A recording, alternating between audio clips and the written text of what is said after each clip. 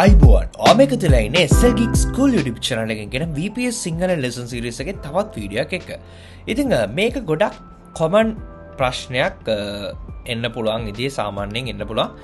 මම මොකක් හරි WordPress website එකට ගිහිල්ලා අපි VPS එකේ මේ විදිහට හදපු WordPress website එකට ගිහිල්ලා මම උත්සාහ කරනවා plugin එකක් install කරන්න. මේ plugin එක install කරද්දී මට කියන connection information කියලා මේ WordPress needs to access your web server කියලා FTP එක host name එක මේ වගේ දේවල් ටිකක් අහනවා. හරි. මේකේ details ටික කොහොම හරි දීලා මේ වැඩේ හදා ගන්න පුළුවන් ඒත් ඊට වඩා මේක මීටර හොඳ විදියක් නැද්ද අතන විසඳන්න. ඉතින් මේකට තමයි අද උත්තර දෙන්න බලාපොරොත්තු වෙන්නේ.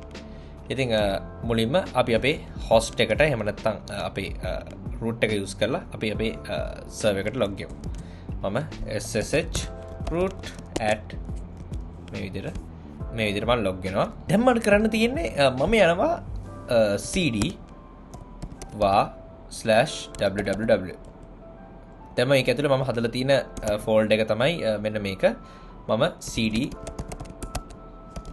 මම මේ විදිහට ඒ ෆෝල්ඩර් එක ඇතුලට යනවා. දැන් මේ ෆෝල්ඩර් එක ඇතුලට ගියාට පස්සේ මට WordPress directory එකක් බලා ගන්න හම්බ වෙනවා.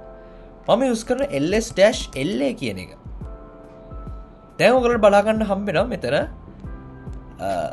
මේ ෆයිල් එකේ ආයෙත් කියනවා Linux video series එක බලන්නවට මේක ගැන සම්පූර්ණයෙන් දැනගන්න ඕනේ නම් මොකද්ද මේ මොනවද මේ තියෙන්නේ root කියලා තියෙනවා nobody no group කියලා තියෙනවා මොනවද මේ group එකක් කියන්නේ විශේෂයෙන් මේ drw_xr-xr-x මේ වගේ නපව අපි කතා කරා සම්පූර්ණව detail එක කොහොමද permission set කරන්නේ Linux වල ඉතින් මේක ගැන වැටිදුරට විස්තර දැනගන්න ඕන නම් ඉගෙන ගන්න ආසයි නම් ඔයගොල්ලෝ පුළුවන් ඒක follow කරන්න හරි දැන් අපේ කතාව ඒකනේ මේ WordPress directory එක ඔයගොල්ලෝ පේන nobody සහ no group මොකකටත් සයින් වෙලා නැහැ. අපිට මේක වෙනස් කරන්න ඕනේ. මම ඒක නිසා මෙතන යූස් කරනවා chown කියන කමාන්ඩ් එක. ඊට පස්සේ -r මෙතන www data වලට ඉතින් ආයෙත් www data වලට මම WordPress එකේ access ලබා දෙනවා. දැන් නැවතත් ls-la කියලා ටයිප් කරමු. මේකෙන් අපි බලන්න මේ කමාන්ඩ් එකේ permissions ඔයගොල්ලෝ බලා ගන්න අපිට දැන් www data වලට WordPress වලට access තියෙනවා. ඉතින් ඕනනම් උදාහරණයක් විදිහට මට පුළුවන් cd WordPress කියලා WordPress directory එකට යන්න. දැන් මම නැවතත් ls-la විදිහට ඔයගොල්ලෝ පිටත් මේ හැම එකේම www data වගේම www data වලට සහ ඒ කියන්නේ group එක සහ access ඒ විදිහට ලැබිලා තියෙනවා.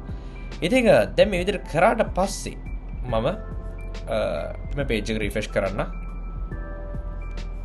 දැන් මම plugin එක install කරන්න ගියාට පස්සේ අර පේනද කිසිම විදියකට මගෙන් කිසිම දෙයක් ඉල්ලන්නේ නැහැ. මට කෙලින්ම plugin එක install කරගන්න හැකියාව තියෙනවා.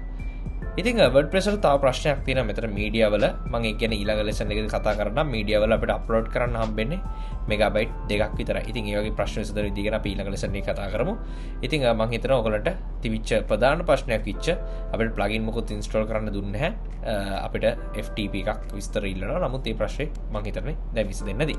ඉතින් වීඩියෝ share කරන්න, subscribe කරන්න අලුත් කෙනෙක් නම් අපි ඊළඟ lesson එකේ හැම එකක් ඔයගොල්ලෝ හැමෝටම සුබ දවසක්.